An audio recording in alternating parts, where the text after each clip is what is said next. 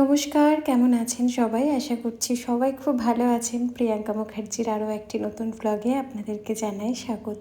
বিষয়টা হচ্ছে, ভিডিও তো আপনারা দেখেছেন, কিন্তু ভয়েস ওভারটা আমি আবার রিপিট করছি। আগের ভিডিওতে যে ভয়েস ওভারটা দিয়েছিলাম তাতে খুব বকা খেয়েছি জানেন, সেই জন্যে ভিডিওটা ডিলিট করে দিয়েছি। আর বকা খেয়েছি আমার মায়ের কাছে, আর তিনি আবার আমাকে ফোন করে বলছেন তোর বাবা ফোন করে দেখবি তোকে কেমন বকবে। এটা শোনার পরেই আমি ভিডিওটা ডিলিট করে ফেলেছি। দেখলাম কি দরকার বিনা কারণে বকা খেয়ে। যাই হোক, খুব মজার ভিডিওটা ছিল, ভিডিওটা ভয়েস ওভারটা খুব মজা করেই ওটা করেছিলাম। ভাষাটা তো আমাদের কাছে একটা ভাষা, আমাদের পরিচয়। আর সত্যি কথা বলতে আমরা বাঙালি, আমাদের ভাষা একরকম, যারা নন বেঙ্গলি তাদের ভাষা হিন্দি, বা বাঙালির মধ্যেও অনেক রকম ভাষা রয়েছে, যেমন অসমিয়া ভাষাটাও অনেকটা বাঙালির টাইপেরই, বাংলা টাইপেরই। তো আমি মাকে বলছিলাম এটাই যে মা, এই ভাষাটা যখন সিরিয়ালে হয় তখন শুনতে কিন্তু খুব ভাল লাগে, আর যখন আমরা এই ভাষাটা কেউ মুখে বলি তখন সেটা শুনতে কিন্তু কানে খুব বাজে, মনে হয় এইসব কি করছে, খুব বাজে। কিন্তু ভালোভাবে ভিডিওটা দেখলে বোঝা যাবে যে আমি কিন্তু সেখানে কোনো খারাপ কথা বলিনি বা খারাপ ভাষায় কিছু বলিনি, সেটাও কিন্তু একটা ভাষা। যাই হোক, পুরোটাই মজার মধ্যে ছিল। আমি ভিডিওটা ডিলিট করলাম কারণ আমি বকা খেতে চাই না, আর আমাকে বকলে আমার খুব কষ্ট হয়।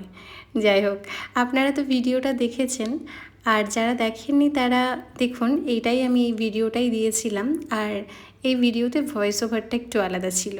গোপালকে ঘুম পাড়িয়ে দিয়েছি, মশারিটাও দিয়ে দিয়েছি, আর এই ঘটিটাতে ওর জন্য একটু জল রাখা আছে। চলুন এবার একটু রান্নাঘরের দিকে যাই। বানাচ্ছি সাবুর পোলাও। আমার রান্নার দিদি এসে রাত্রের খাবারটা বানাচ্ছে, আমি দেখলাম ওকে আর বিরক্ত করে লাভ নেই, আমি নিজেই বানিয়ে নিই। তো সাবুটাকে আমি 10 মিনিটের জন্য ভেজাতে দিয়েছিলাম, একটু বেশিক্ষণ হলে আরও বেশি সুবিধা, কিন্তু আমার অনেক খিদে পেয়ে গেছিলো। তারপরে ইন্ডাকশানে একটা কড়াই বসিয়ে আমি এখানে বাটার দিচ্ছি, সাদা তেলও দেওয়া যায়, কিন্তু আমার আজকে বাটার দিয়ে খেতে ইচ্ছে করলো তাই বাটারটা দিয়েছি। বাটারটা দেওয়ার পরে আমি এখানে কুচি কুচি করে রাখা আলুকে দিলাম, তার সঙ্গে দিলাম গাজর এবং দিলাম ক্যাপসিকাম। এটাকে একটু ভালোভাবে সুন্দর করে নাড়াচাড়া করে নিতে হবে এবং ভাজা ভাজা করে নিতে হবে, কারণ এইগুলোই তো একটু না ভাজা থাকলে কাঁচা কাঁচা লাগে খেতে।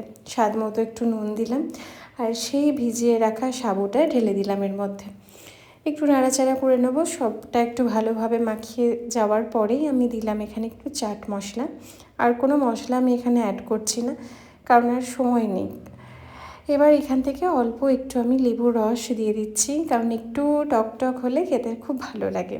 এখানে আপনারা চাইলে একটু কিন্তু চিনিও দিতে পারেন, তাতে একটু টক মিষ্টিটা লাগবে, সুন্দর লাগে খেতে, কিন্তু আমি চিনি খাই না বলে চিনি দিইনি। রেডি সাবুর পোলাও। আপনাদের ভিডিও ভালো লাগলে অবশ্যই একটা লাইক কমেন্ট করবেন। দেখা হচ্ছে আবার একটি সুন্দর